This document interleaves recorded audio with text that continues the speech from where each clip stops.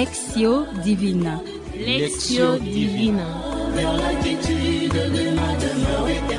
Lectio Divina, une émission pour méditer, prier et vivre la parole de Dieu au quotidien. Lectio Divina. Lectio Divina. Le se flétrira, la fleur se fanera, mais la parole dit que jamais ne passera. Chers auditeurs, amis de la Lectio Divina, bonjour. Aujourd'hui, nous sommes au 15e dimanche du temps ordinaire. Le passage que notre Mère Église nous propose est tiré de l'Évangile de Saint Marc, chapitre 6, versets 7 à 13. Ce dimanche, l'évangéliste Marc nous fait réfléchir sur la raison d'être des 12 apôtres et il la formule comme suit. Jésus a choisi les 12 pour être avec et pour les envoyer prêcher avec le pouvoir de chasser les démons. Cette mission des apôtres comprend 2 volets. Le premier, c'est être avec Jésus, être son compagnon. Il s'agit d'abord de faire l'expérience avec lui pour le connaître. Le deuxième volet, c'est être envoyé pour prêcher la bonne nouvelle. Cette deuxième partie est la conséquence de la première, car l'envoyé ne prêche pas sa personne, mais il prêche la bonne nouvelle qui est Jésus lui-même. Dans cette mission, l'apôtre est investi de pouvoir de chasser le démon et la persécution est inévitable. Cette mission comporte aussi les exigences. On est envoyé 2 par 2. L'évangélisation est l'affaire du témoignage, une affaire communautaire, une affaire ecclésiale et non individuelle. On n'apporte que les strict nécessaires. Ceinture aux reins, sandales aux pieds, le bâton à la main, car la mission exige la mobilité, la disponibilité et la liberté d'esprit. Les amis de la Lectio Divina, nous allons célébrer notre Lectio avec le groupe des jeunes et nous invitons chacun à se présenter. Joséphine Isoko, Omer Diela, Wala Armandine, Serge Mboulouma. Nous avons aussi la sœur Rita Almichi, fille de Saint-Paul, à la réalisation et Olivier Ngezi à la technique. Chers auditeurs, nous vous pensons prêts et prêtes pour célébrer notre Lectio Divina et nous vous prions d'ouvrir votre Bible en Marc chapitre 6, versets 7 à 13. À présent, nous commençons notre prière au nom du Père et du Fils et du Saint-Esprit. Amen. Nous invoquons l'Esprit Saint pour qu'il nous illumine et qu'il nous prépare à accueillir la parole. Pelisa Christo mwinda mwayoi ngaina mono ilungi ayoi tundisanga inelimo mwayoi pote na sala oyo elingiyoi elimo na bangracia yayoi elimo tondisa biso lelo elimo na bangracia yayoi elimo tondisa biso lelo pelisa Kristo mwinda mwayoi ngai na mono elongi ayoi tondisanga inelimo ayoi pote na sala oyo elingi yoi. Amis auditeurs, nous entamons la première partie de notre Lectio qui est appelée aussi Lectio, c'est-à-dire lecture, où nous allons lire pour la première fois la parole de Dieu. Cette parole qui est vérité pour notre intelligence qui va illuminer toute notre vie. Nous invitons Serge à lire l'évangile de Marc, chapitre 6, versets 7 à 13. Mais avant cette lecture, nous acclamons la parole de Dieu par ces chants. Alléluia, Alléluia, Alléluia, Alléluia, Alléluia, Alléluia, Alléluia, Alléluia. Évangile de Jésus-Christ selon saint Marc, le chapitre 6, du 7e au 13e verset. Jésus parcourait les villes des environs en enseignant. Il fait venir les 12, et il commença à les envoyer 2 par 2, leur donnant autorité sur les esprits impurs. Il leur ordonna de ne rien prendre pour la route, sauf un bâton, pas de pain, pas de sac, pas de monnaie dans la ceinture, mais pour chaussures des sandales, et ne mettez pas de tunique. Il leur disait, si quelque part vous entrez dans une maison, demeurez-y jusqu'à ce que vous quittiez l'endroit. Si une localité ne vous accueille pas, et si l'on ne vous écoute pas, en partant de là, secouez la poussière de vos pieds. Ils auront là un témoignage. Ils partirent et ils proclamèrent qu'il fallait se convertir. Ils chassaient beaucoup de démons. Ils faisaient des onctions d'huile à beaucoup de malades et ils les guérissaient. Acclamons la parole de Dieu. Louange à toi, Seigneur Jésus. Nous faisons un petit moment de silence pour accueillir la parole écoutée.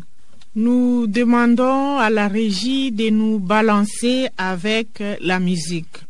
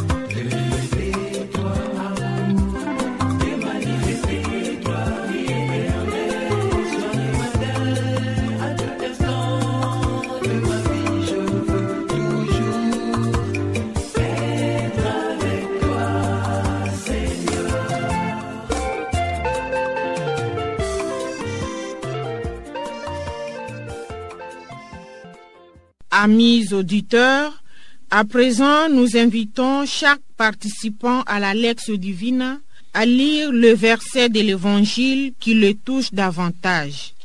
Ces versets qui restent pour lui ou pour elle comme un phare qui l'illumine et le guide pendant notre prière. Il leur donna autorité sur les esprits impurs. Pour chaussures de sandales, et ne mettez pas de tunique. Il leur ordonna de ne rien prendre pour la route, sauf un bâton. Ils partirent et ils proclamèrent qu'il fallait se convertir. Chers auditeurs, nous sommes à la deuxième partie de notre lectio qui est la méditation. Nous invitons Armandine à lire le texte de l'Évangile pour la deuxième fois. Jésus parcourait les villages des environs en enseignant. Il fait venir les 12, et il commença à les envoyer 2 par 2, leur donnant autorité sur les esprits impurs. Il leur ordonnant de ne rien prendre pour la route, sauf un bâton, pas de pain, pas de sac, pas de monnaie dans la ceinture, mais pour chaussures des sandales.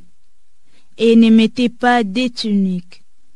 il leur disait, « Si quelque part vous entrez dans une maison, demeurez-y jusqu'à ce que vous quittiez l'endroit. Si une localité ne vous accueille pas, et si l'on ne vous écoute pas, en partant de là, secouez la poussière de vos pieds, ils auront là un témoignage. » Ils partirent et ils proclamèrent qu'il fallait se convertir. Ils chassaient beaucoup de démons, ils faisaient des onctions d'huile à beaucoup de malades et ils les guérissaient. Chers auditeurs, ce temps silencieux sera accompagné par la musique instrumentale pour accueillir la parole écoutée.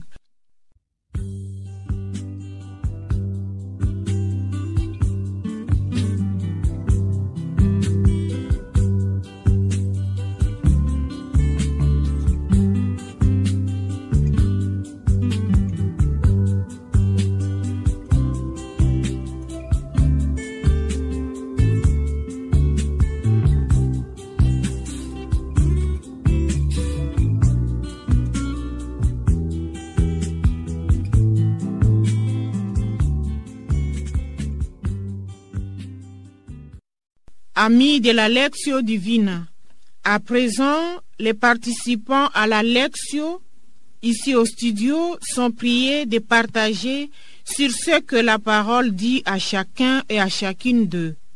En d'autres mots, chacun va partager sur quel chemin de conversion il est appelé à faire dans sa vie personnelle par rapport à la parole écoutée. Suivons attentivement leur partage. Il leur donna autorité sur les esprits impurs. Jésus-Christ, en envoyant ses disciples en mission, il leur avait donné l'autorité sur les esprits impurs. Désormais, les apôtres étaient remplis de l'Esprit Saint et étaient à mesure de chasser les démons et détruire le mal. Quand le Seigneur m'a créé, il m'a envoyé au monde et m'a confié une mission comme les apôtres de Jésus.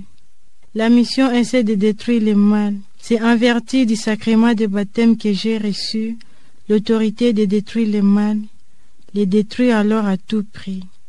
Ne pas privilégier le mal comme si c'était un bien, mais que je le combatte et l'élimine. Mais cette autorité, sur qui l'exercerai-je? C'est sur moi-même d'abord. Je suis appelé à combattre le mal, mes défauts qui sont à moi, et les éliminer avec l'aide de Dieu. Et ensuite, j'exercerai cette autorité sur l'autre, sur mon prochain, en l'interpellant du mal que je constate à lui. Et enfin, c'est aussi dans ma communauté dans laquelle où je vis que je suis appelé à combattre le mal. Lorsque je constate quelque chose qui menace la vie dans la communauté, je dois intervenir comme je le pourrais, afin que la communauté ne soit pas menacée. Mais parfois, il m'arrive de vivre dans le mal, trouver les défauts comme si c'était normal. L'évangile d'aujourd'hui m'invite à rester vigilante, à écarter le mal, avant qu'il ne soit considéré comme normal et que les vices ne soient regardés comme des vertus. Pour chaussures de sandales, et ne mettez pas de tunique. C'est l'un de ces mots symboliques que le Christ m'adresse en m'envoyant en mission. Chrétien que je suis, j'ai aussi ces prérogatives de convertir et de guérir en apportant aux autres les réconforts et la bonne nouvelle. Mais comme dans toute mission sérieuse, il y a un certain nombre de principes et exigences. Aujourd'hui, il me recommande, entre autres, de ne pas mettre de tunique. Je me pose pendant la question de savoir comment m'en sortirai-je. Moi qui aime l'élégance, en effet, il veut simplement m'inviter à un renoncement radical que je dois fonder sur sa confiance et sur sa providence. Aussi, il m'invite à un renoncement radical que je dois fonder sur l'hospitalité de ceux qui m'accueillent. Quoique ces exigences me paraissent très difficiles à digérer, cependant que cet évangile me donne la force de croire en la bonté du Seigneur qui, malgré les exigences, me permet d'avoir les nécessaires symbolisés ici par le sandal, lesquels nécessaires m'aidera à affronter les embûches et les embuscades tout au long de mon parcours missionnaire.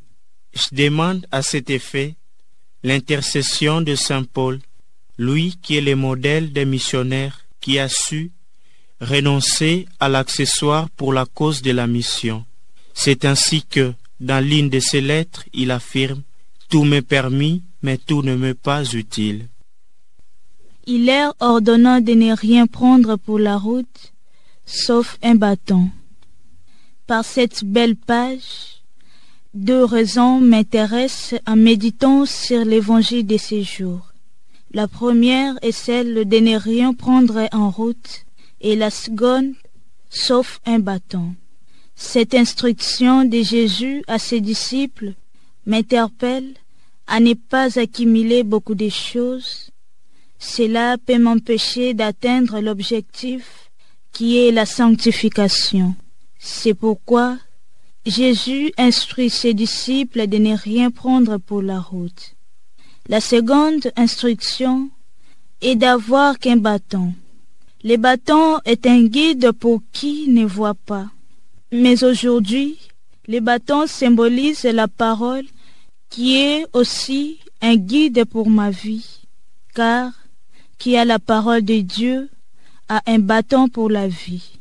Et à travers ces bâtons que je peux atteindre mon but, qui est d'aller en mission, à l'instar des disciples, parce que je détiens un bâton, qui est parole en moi, parole qui nourrit, qui construit et qui renforce mon esprit.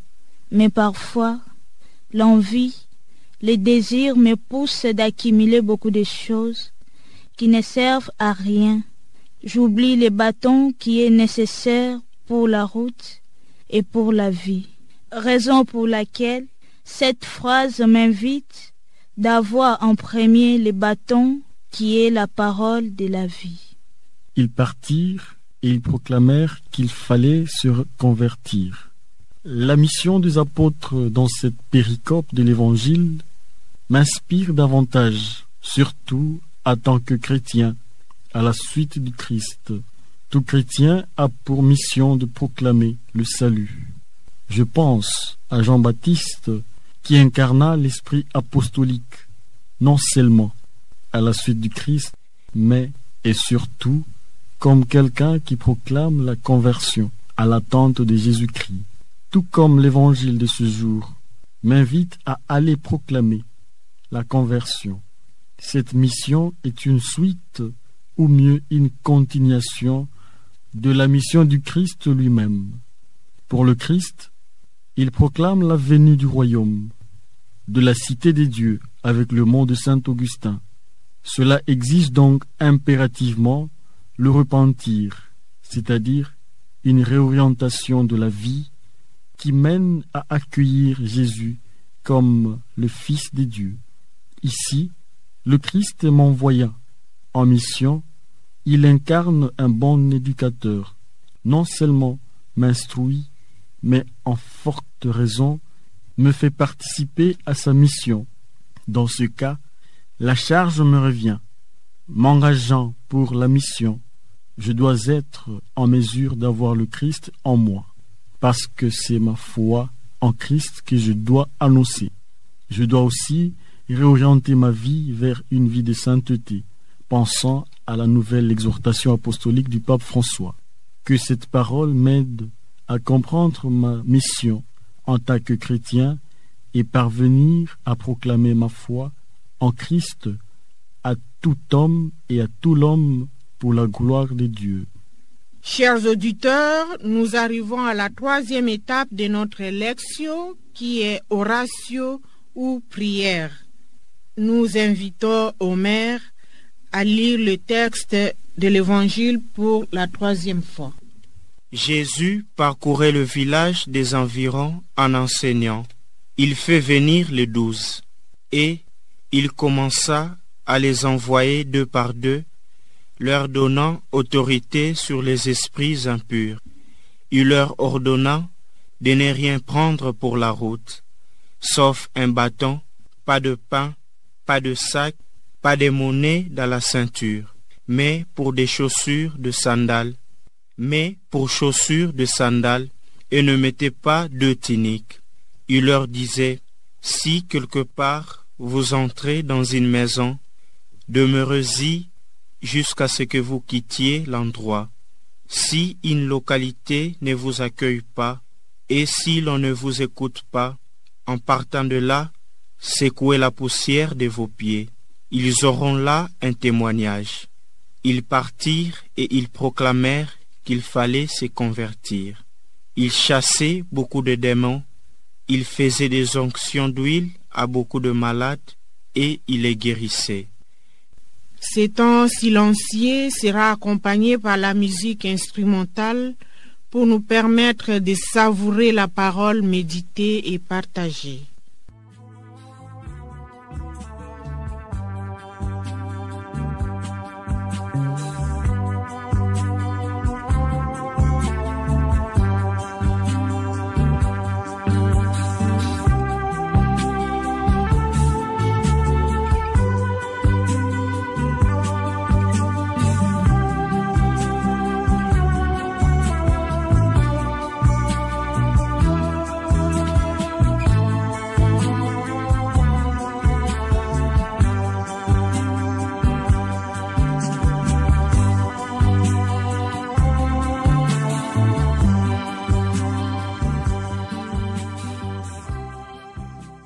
Amis de la Lectio Divina, en ce moment, chaque orant et orante va exprimer sa prière pour demander au Seigneur la grâce de vivre la parole, d'acquérir les vertus que la parole lui propose pour que la parole soit incarnée dans sa vie. Suivons attentivement le partage de leurs prières. Il leur donna l'autorité sur les esprits impurs. Seigneur mon Dieu, je t'ai béni pour le don de ta parole vivifiante. Tu m'as créé et tu veux que mon bonheur, qui est la vertu par excellence, et que pour atteindre ce bonheur, tu m'invites aujourd'hui à combattre mes défauts, à les éliminer, à les écarter, à les chasser loin de mon soleil, pour qu'ils ne soient pas un danger, un obstacle sur ma route vers le bonheur. Consciente de mon néant, je fais recours à ton aide, à ta puissance divine. Seigneur, aide-moi à lutter contre le mal qui est en moi, à autrui et dans ma société. J'implore ta miséricorde sur moi pour toutes les fois où j'ai considéré le mal comme un bien, comme une vertu. Les 16 apôtres de Jésus, vous qui avez reçu cette force, intercédez pour moi auprès du Maître divin et que le bien soit vaincu. Amen. Pour chaussures de sandales, et ne mettez pas 2 tuniques. Je te rends grâce, Seigneur, pour le don de la vie et de l'Évangile. Je prends conscience de ma condition pécheresse et sur ce, j'implore ta miséricorde sur laquelle je compte pour le pardon de mes péchés. Donne-moi la force de respecter les exigences relatives à ta mission, car sans tes grâces, je ne puis rien. Amen. Il leur ordonna de ne rien prendre pour la route, sauf un bâton. Bon Jésus, je te remercie pour la lumière de ta parole. Fais qu'elle soit une lumière qui éclaire mon être et une lumière transformatrice. Aide-moi à ne jamais me laisser attirer des choses qui passent, que de rester attaché à toi et à ta parole. Pardonne-moi, je n'ai pas respecté tes instructions. Prends pitié de moi, Seigneur. Amen. Ils partirent et ils proclamèrent qu'il fallait se convertir. Éternel Dieu immortel, je te remercie pour cette parole qui me fait comprendre ma mission en tant que chrétien. Fais que, par Jésus ton Fils bien-aimé, qui a accepté de m'associer dans son ministère, je puisse être capable de vivre dans la conversion continuelle et proclamer ton règne à toute l'humanité. Amen. Les amis de la Lectio Divina, à présent, nous sommes tous appelés à rester quelques minutes en silence. Nous demandons à la régie de nous balancer avec la musique pour nous permettre de savourer la parole méditée et partagée.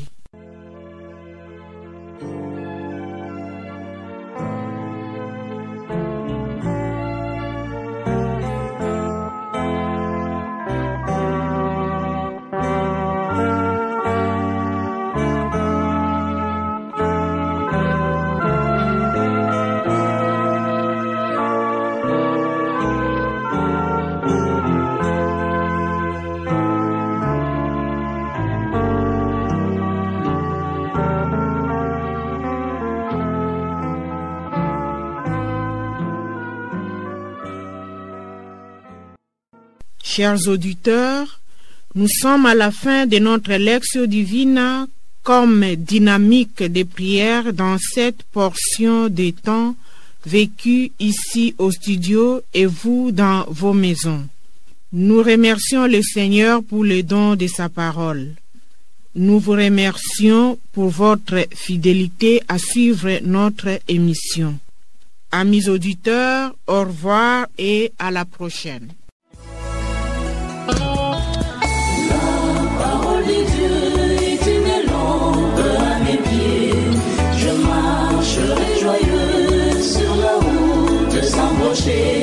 Lectio Divina. Lectio Divina. Lectio Divina, une émission pour méditer, prier et vivre la parole de Dieu au quotidien. Lectio Divina. Lectio Divina. Le se flétrira, la fleur se fanera, mais la parole de Dieu jamais ne passera.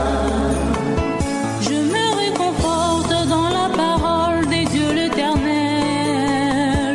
Ne crains rien, je suis ton Dieu. À ton secours je viens, je te soutiens de ma droite triomphante. La parole de Dieu est une lampe à mes pieds. Je marcherai joyeux sur la route sans broncher.